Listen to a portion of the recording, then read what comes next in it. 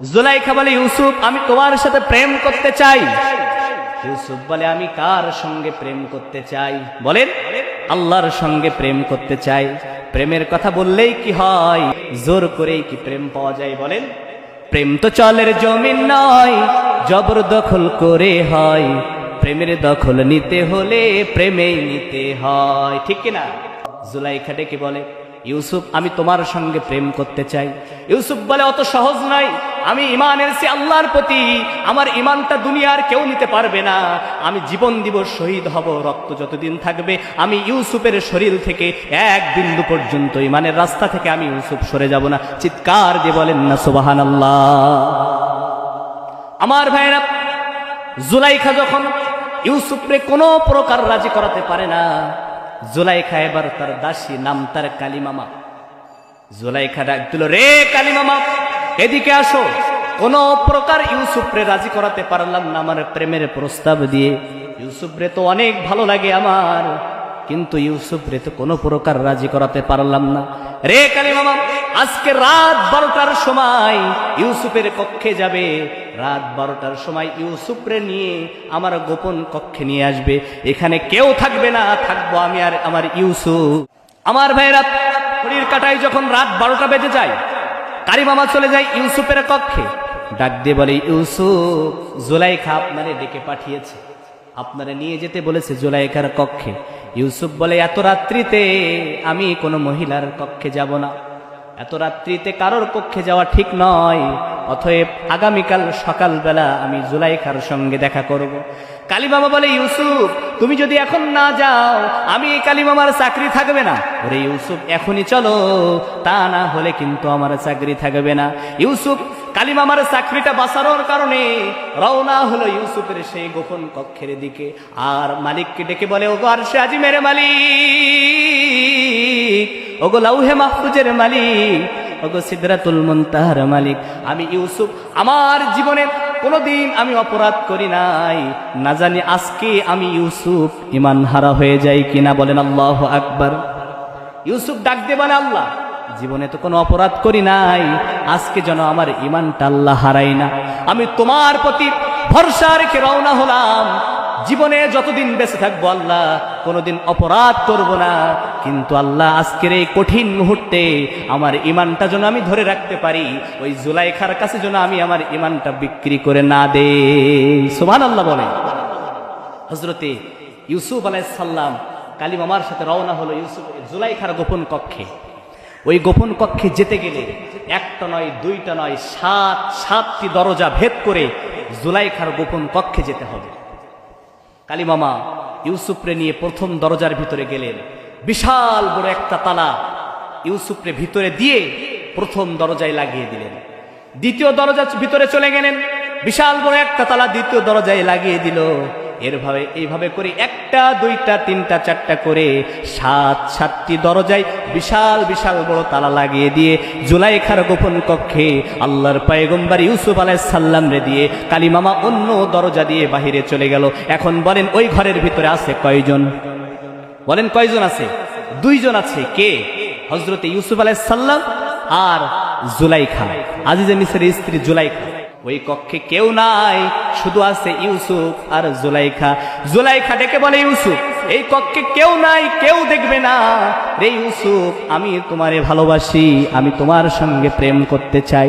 ইউসুফ বলে, জুলাইখা আমি আমার আল্লাহরে ভালোবাসি, আমি আমার আল্লাহর সঙ্গে প্রেম করতে চাই। তুমি শত চেষ্টা করলেও আমি ইউসুফের ঈমান তুমি কোনোদিন নিতে পারবে না। সুবহানাল্লাহ। জুলাইখা বলে, ইউসুফ কেউ তো দেখবে না এখানে, তো আসো আমার বুকের ভিতরে আসো, আমি আজকের আমার শরীরটা তোমাকে উপহার দিয়ে দিলাম আর তোমার শরীরটা আমাকে দিয়ে দাও। বলেন নাউজুবিল্লাহ। জুলাইখা ডাক দিয়ে বলে, কেউ দেখবে না। ইউসুফ বলে, দেখবে আমার আল্লাহ, এখানে কেউ না দেখলে আমার আল্লাহ দেখবে।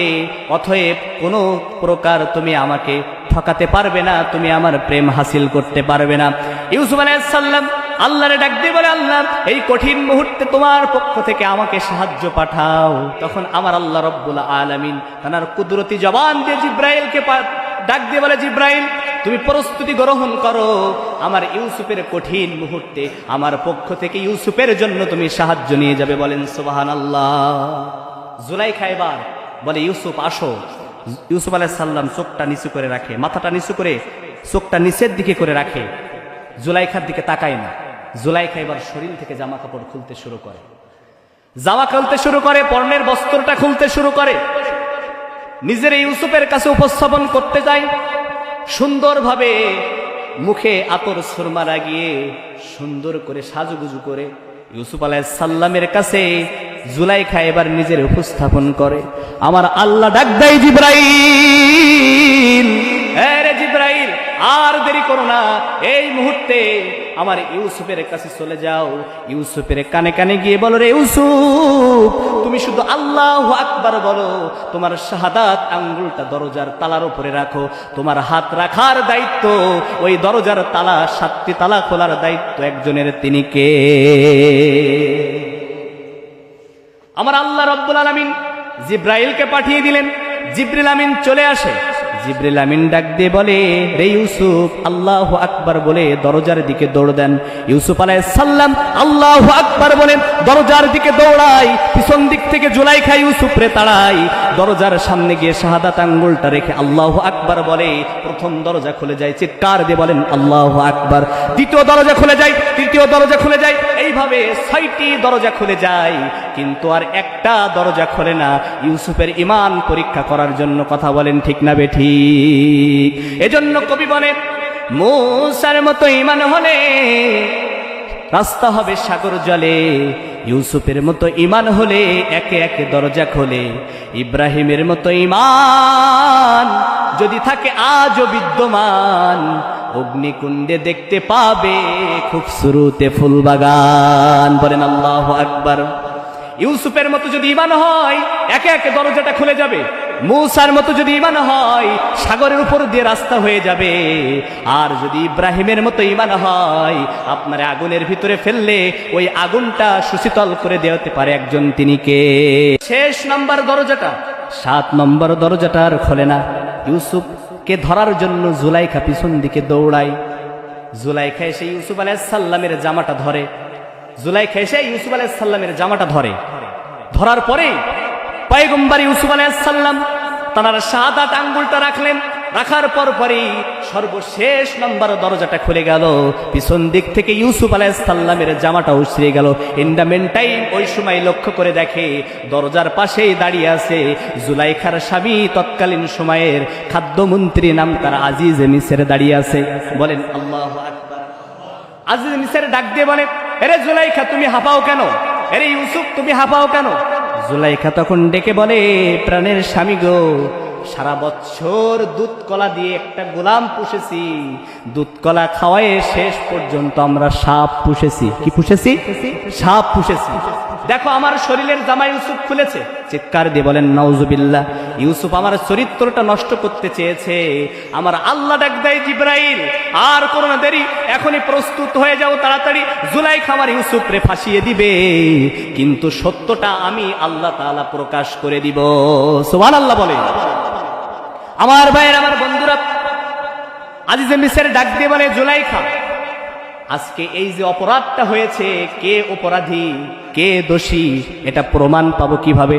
ও জুলাইখা, তোমার কোনো সাক্ষী আছে নাকি? জুলাইখা বলে, আমার সাক্ষী আছে, ওই যে আমার দাসী কালিমামা। কালিমামাকে জিজ্ঞাসা করো, বলে দিবে সত্যটা কি। জিজ্ঞাসা করলে, কালিমামা, আরে কালিমামা বলে দাও, ইউসুফ দোষী না আমি দোষী? কালিমামা বলে, ইউসুফ দোষী। বলেন নাউজুবিল্লাহ। আর ইউসুফরে ডাক দিয়ে বলে, ইউসুফ, তুমি কি দোষী? ইউসুফ বলে, না, আমি দোষী নাই, আমি কোনো অপরাধ করি নাই। তখন আজিজে মিসর ডাক দিয়ে বলে, ইউসুফ, তোমার কোনো সাক্ষী আছে নাকি? ইউসুফ বলে, হ্যাঁ, আমার সাক্ষী আছে। আমার আল্লাহ ডাক দেয়, জিবরাইল, এরে জিব্রাইল আর দেরি করো না, এক্ষুনি আমার ইউসুফের কানে কানে গিয়ে বলে দাও গতকালকে জুলাইখার খালাতো বোন এসেছিল, জুলাইখার খালাতো বোনের কোলে 6 মাসের একটা ছোট্ট বাচ্চা রয়েছে, ওই বাচ্চাটার নাম হলো কিসিন। ওই কিসিন রে বলে দাও, ওই কিসিন বলে দিবে আর মানে প্রকৃতপক্ষে জুলাইখা দোষী না, প্রকৃতপক্ষে ইউসুফ দোষী। আমার ভাইয়ের, আমার বন্ধুরা, জিবরিল আমিন এসে ইউসুফের কানে কানে বলে দিল। ইউসুফ আলাইহিস সালাম ডাক দিয়ে বলে, এরে জুলাইখার খালাতো বোন এদিকে আসো, কাম হিয়ার, এদিকে আসো।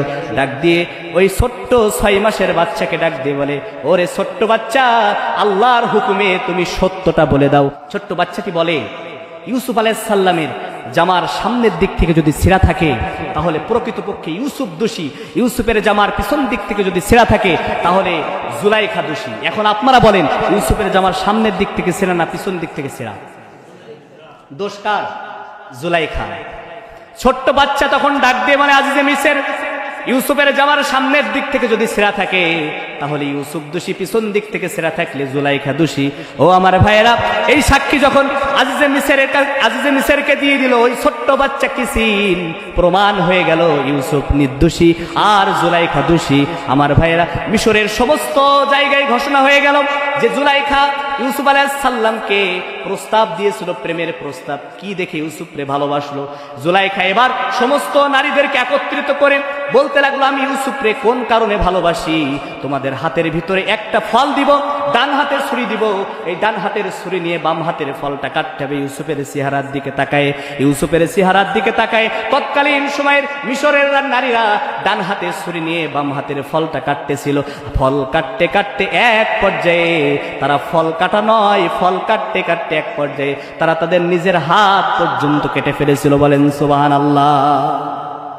জুলাইখা বলে, ইউসুফ তোমারে তো রাজি করাতে পারলাম না, কি করব? আজিজে মিসরকে বললো, তাহলে এক কাজ করা হোক, ইউসুফরে জেলখানায় পাঠিয়ে দেওয়া হোক। কোথায় পাঠিয়ে দিবে? জেলখানায় ইউসুফ আলাইহিস সালাম রে পাঠিয়ে দিলেন।